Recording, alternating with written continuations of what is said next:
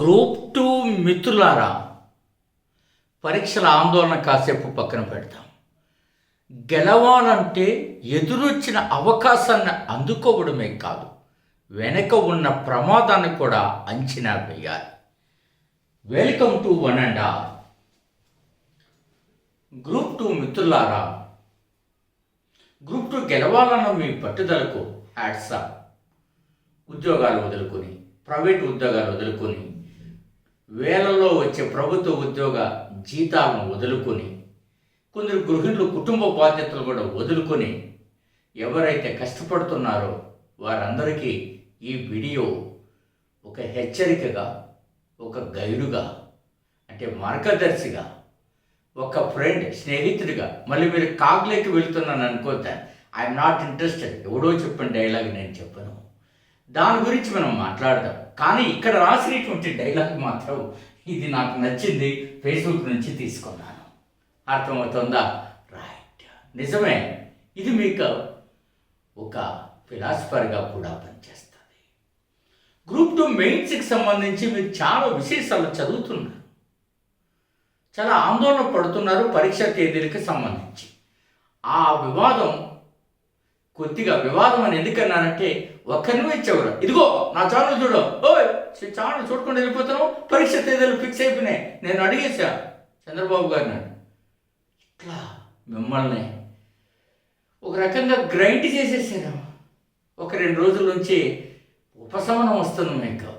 మీరు అందరికీ ధన్యవాదాలు చెప్పండి, మర్చిపోకండి. మిమ్మల్ని వదిలేశారు, మళ్ళీ స్టార్ట్ చేస్తారు దసరా ముందర. మీరు భయపడిపోకండి. నాకు ఆశ్చర్యం వేస్తుంది, సాధారణ స్థాయి, ఎటువంటి కాంటాక్ట్స్ లేకుండా, ఎటువంటి కుటుంబ మద్దతు లేకుండా, ఎటువంటి విద్యా మద్దతు అంటే సరైన డిగ్రీలు కూడా లేకుండా యూట్యూబ్ ఛానల్స్ స్టార్ట్ చేసి, నేను ముఖ్యమంత్రితో మాట్లాడేసాను, మంత్రి గారితో మాట్లాడేసాను, నో మోర్, ప్రధానమంత్రి నాతోటే మాట్లాడుతూ ఉన్నాడని మీకు చెప్తున్నారంటే, అమ్మయ్యా, ఓకే, విషయంలోకి వెళ్దామా? ఒక్కసారి చూడండి. గెలవాలంటే ఎదురొచ్చిన అవకాశాన్ని అందుకోవడమే కాదు, ఎస్, మీకు ఎప్పుడూ రాని 905 ఉద్యోగాలతో 1:100 ఏపీపీస్ అవకాశాన్ని ఇచ్చింది. అదే సమయంలో మిమ్మల్ని దుఃఖ పెడుతుంది కూడా పరీక్ష తేదీ లేకుండా. కానీ గెలవాలంటే ఈ ఎదురొచ్చిన అవకాశాన్ని నిలబెట్టుకుంటూనే ప్రమాదం కూడా ఉంది. ఏంటో ప్రమాదం తెలిసే వేళ ఆంధ్రప్రదేశ్లో దానికి సాంకేతిక పరిజ్ఞానం తోడయ్యి నచ్చినట్టు మిమ్మల్ని పిండేస్తుండడం.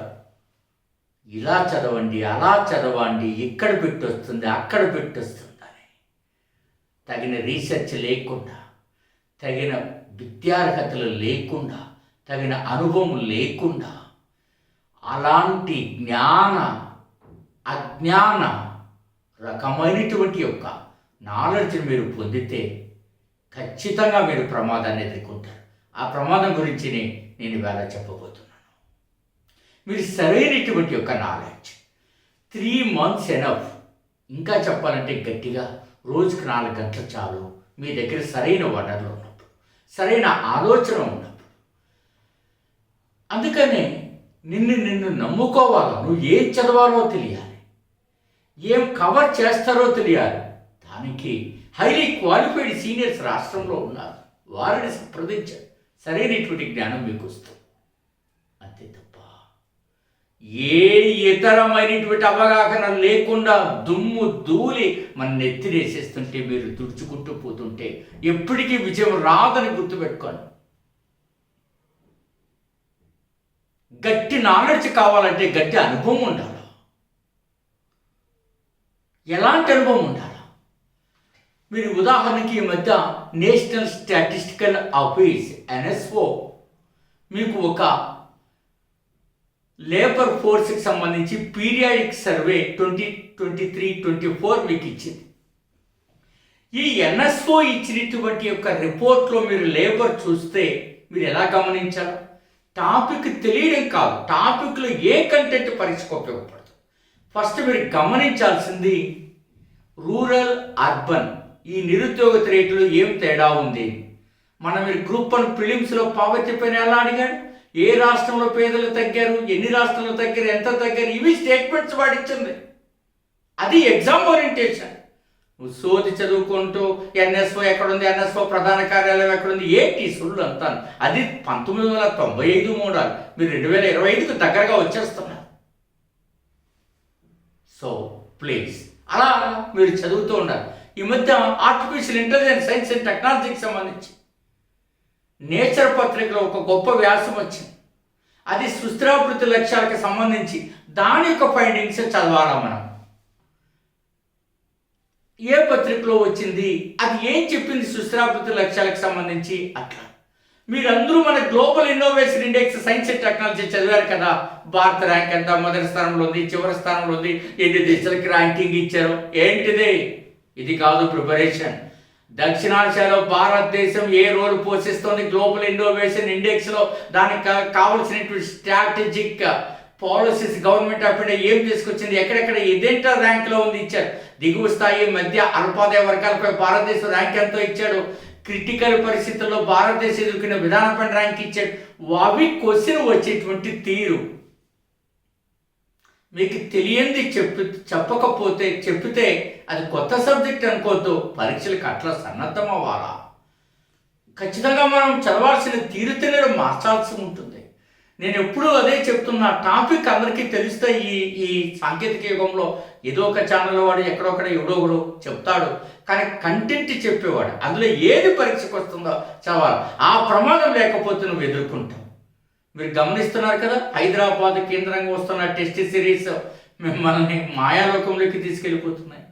బిట్ ఎలా ఫ్రేమ్ చేయాలో తెలియదు, ఎక్కడ బిట్టిస్తే మనకు అభ్యర్థికి జ్ఞానం వస్తుందో తెలియదు. టెస్ట్ సిరీస్ ఎప్పుడు టెస్ట్ చేయడమే కాదు, దాని పని జ్ఞానం అందించడం కూడా. పరీక్ష హాల్కి వెళ్ళే 2 రోజుల ముందు కూడా జ్ఞానాన్ని పెంచుకుంటూ ఉండడమే ఏపీపీఎస్లో కీలకమైనటువంటి సంగతి. నువ్వు గుర్తుపెట్టుకోవాలా. అవునా? అలా అయితేనే మీరు సక్సెస్ అవుతారు. సో ఎట్లా మీరు అలాంటి సబ్జెక్ట్ ఎక్కడ గెయిన్ చేస్తున్నారు అనేది గమనించాల్సినటువంటి అవసరం ఉంది. ఏపీ హిస్టరీలో చూస్తే బిరుదులు, తర్వాత సాహిత్య రచనలు, అవి కూడా క్లారిటీ లేకుండా చదువుకుంటూ పోతాంటే ఏంటో బేసిక్స్ కదా. సబ్జెక్ట్ ఎప్పుడు నేర్చుకుంటారు మీరు? సబ్జెక్ట్ నేర్చుకోకుండా ఎట్లా మనం ముందుకు వెళ్ళగలుగుతాం? చాలా ఇబ్బంది కదా. అది చాలా ఇబ్బంది కదా.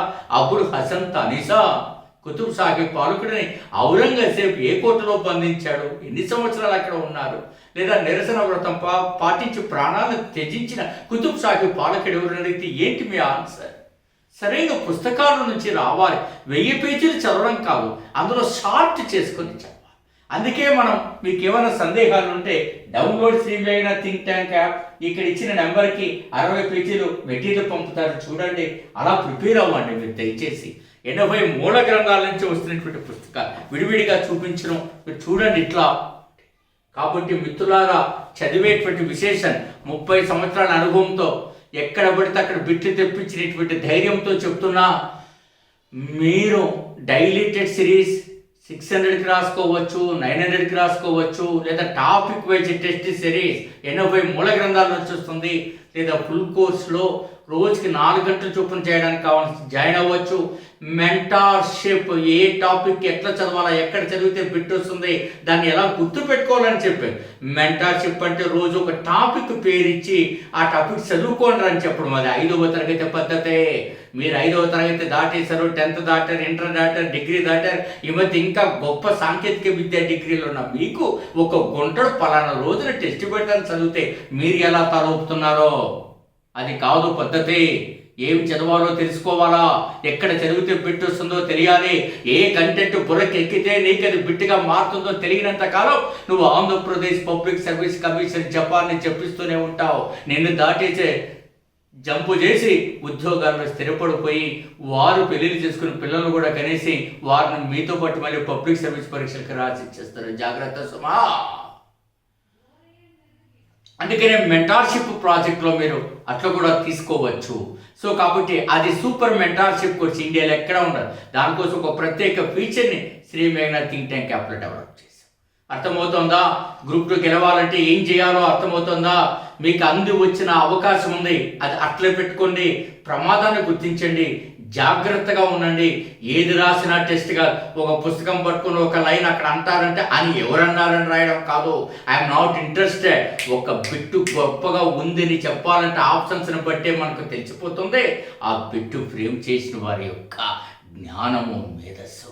వీటన్నిటిని పరిగణలోకి తీసుకొని మీరు ప్రిపేర్ అవుతారని ఆశిస్తున్న పరీక్షా తేదీలకు సంబంధించి సరైన సమాచారం చెప్పి నేను స్పందిస్తూనే ఉంటా. మీరు ఈ ఛానల్ పైన ఆధారపడి చక్కగా చదువుకోండి. అనవసరమైనటువంటి భేషజాలకు వాటికి పోవద్దండి. అర్థమవుతుంది కదా. All the very best. Me doctor Gopal.